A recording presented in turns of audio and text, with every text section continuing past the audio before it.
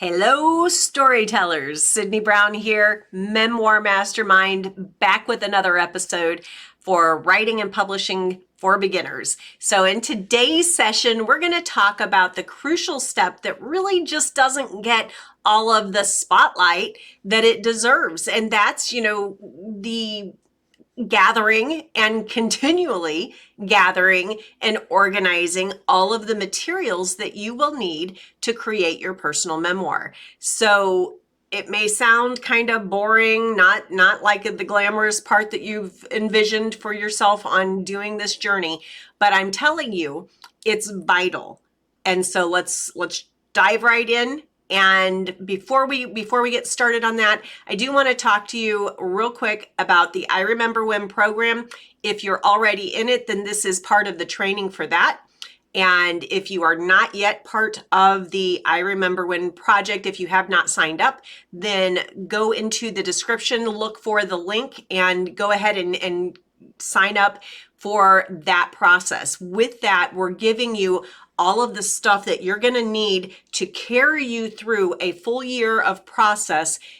You can do it faster. It's completely at your own pace, but we suggest you go up to a year because that will give you plenty of time to really go into the reflections and just really enjoying your process of creating your legacy that you're going to have in a book form at the end of this process. You will have if assuming United States, you're going to have a book shipped to you, and you can order additional as well if you choose to.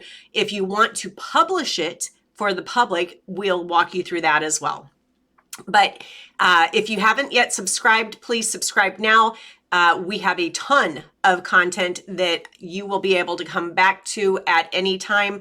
Literally, we're between the short tips and the different courses that are absolutely free and all of the other additional training content, hours and hours and hours. But you don't have to be overwhelmed by it, because when you're part of the I Remember When project, we actually have a schedule for you that tells you when to watch each video so that you're not wasting your time and going out of orders and just getting overwhelmed. So if you're not yet part of I Remember When, make sure you look below, check it out, and then let me know if you have any questions.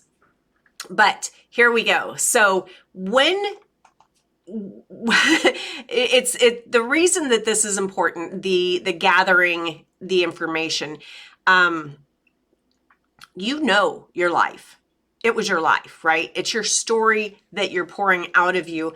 You already know all of that.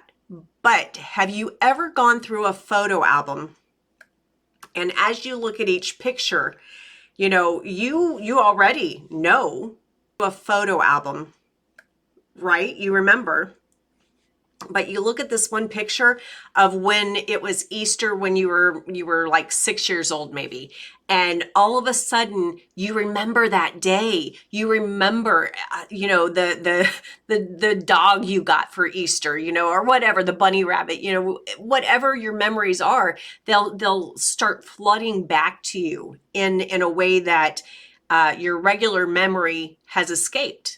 And so it's very important that you want to gather and organize all of these things that can support your process for this year. This is going to be a full year that you're going to be reflecting on your life, reliving the great memories, processing and putting some closure to the things that weren't such good memories, and then figuring out how you came out on the other side. And hopefully you have, but if you haven't yet, then, show the progress that you've made. Once you learn and you reflect on where you've been and where you are now, then all of a sudden your vision of your story that you want to share with others, it becomes so much more clear. Okay, so I've done all of these things. And then when you look at, let's go back to that Easter picture. You're 6 years old and you got a bunny rabbit. Maybe you can put an entire book together about the summer you were 6. It's whatever is in your life that matters to you. And as you go through and reflect, the photos, the just different things like that. And for most of us, it is going to be the photos, but anything like birth certificates or anything that meant something to you. You look around your house. Did you have the I don't know, let's say a ship in a bottle. Who put that ship in the bottle together? Figure out all the things that built you, every memory that you have. Literally just kind of look around and see where did you come from?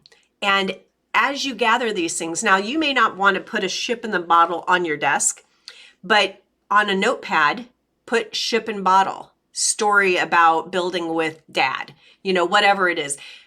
Let all of those things start filling up your notepads, first of all, but your heart and your mind, because you don't want to kind of reflect and be in that process and then all of a sudden realize that you don't know where you were going with the story. You all of a sudden don't remember the details very well, and then you got to start looking for details, and then that might stall your creativity.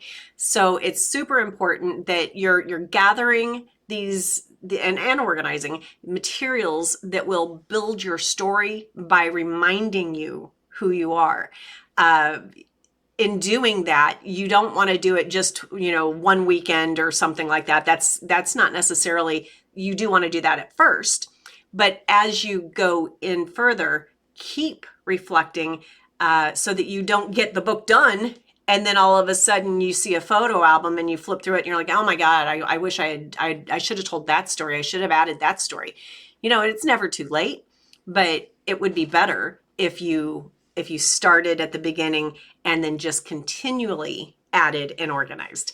So in that, when you're creating a memoir, it really is, this complex tapestry with threads, memory, experience, research, introspection. The process requires just an enormous amount of material with your personal memories. Diaries, if you have diaries, those are amazing to read back and review.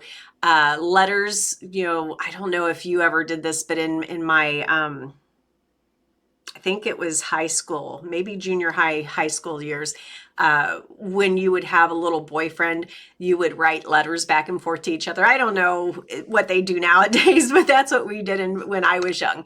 And going back and looking through all of those letters that just filled an entire dresser drawer.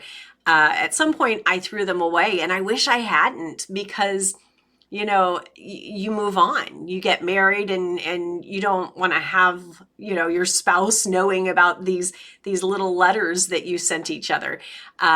It's just kind of, if you have those things, find them and reread them, because it's a great way to reflect back on that time. So basically what we're going to talk about here is that we're going to go over the top 10 reasons to continue gathering and organizing materials. And then we're going to talk about practical tips on how to do it effectively.